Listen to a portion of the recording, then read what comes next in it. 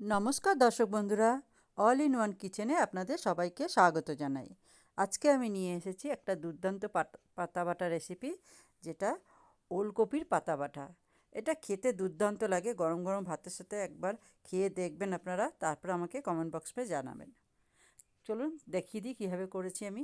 আমি আগে পাতাগুলোকে ডান্ডি ওলকপির থেকে সব কেটে নিয়েছি। কেটে নিয়ে এখন আমি ডান্ডির থেকে সব পাতাগুলো বার করে নেবো। একটু ডান্ডি নেবো না, খালি পাতাগুলো নেব। তার আগে আমি পোকা টোকা আছে কি না পাতাতে একটু দেখে নেব। ভালো করে দেখে বেছে তারপরে আমরা পাতাগুলো বার করে নেব ডান্ডির থেকে। এরকমভাবে আমি সব কটা ডান্ডির থেকে পাতাগুলো বার করে নেব।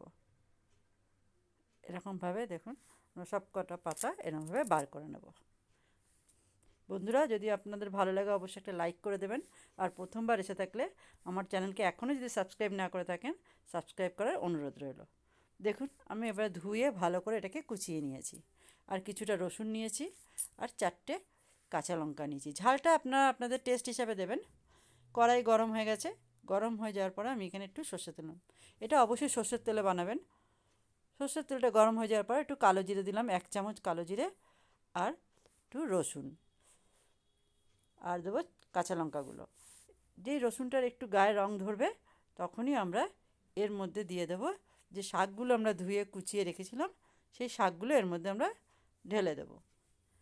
দেবার পরে এটাকে এখন আমরা একটুখানি নাড়াচাড়া করব।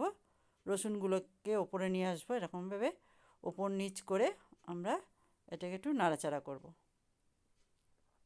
তারপরে এর মধ্যে আমরা স্বাদ অনুযায়ী একটু নুন দিয়ে দেবো। নুনটা অবশ্যই আমরা একটু এখন কম দেবো, কেন শাকটা যখন মজে যাবে তখন অনেকটাই কম হয়ে যাবে। সেই হিসাবেই আমরা এখন নুনটা দিলাম, পরে আবার টেস্ট করে দেব। আর একটু হলুদ দিয়ে দিলাম, দিয়ে ভালো করে এটাকে মিশিয়ে নিলাম। মিশিয়ে নেব এটা একটু।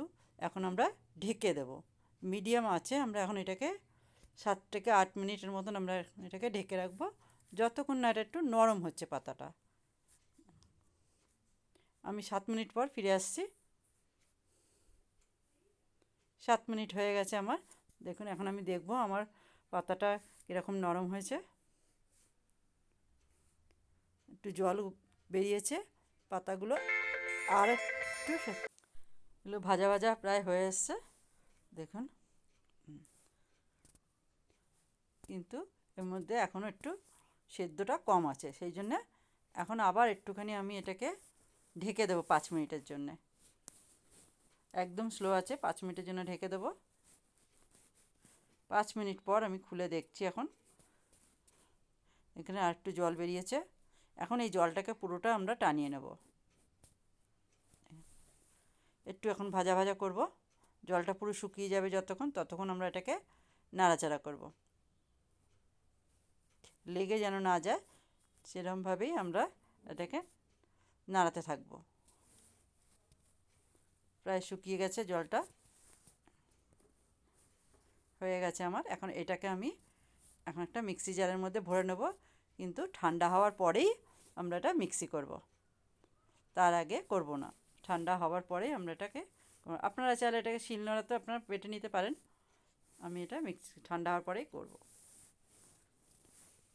দেখুন, আমার ঠান্ডা হয়ে যাওয়ার পরে আমি এটাকে পেস্ট করে নিয়েছি। এটা এরকম হয়েছে। এখন এটা একটা প্লেটের মধ্যে ঢেলে নেব। বন্ধুরা, যদি আমার এটা ভালো লাগে তাহলে অবশ্যই একটা লাইক করবেন। এখন এর ওপর একটু কাঁচা সর্ষের তেল দিয়ে দেবো। এটা দিলে স্বাদটা অতিরিক্ত বের হয়ে যায়। তাহলে আজকে এই পর্যন্ত।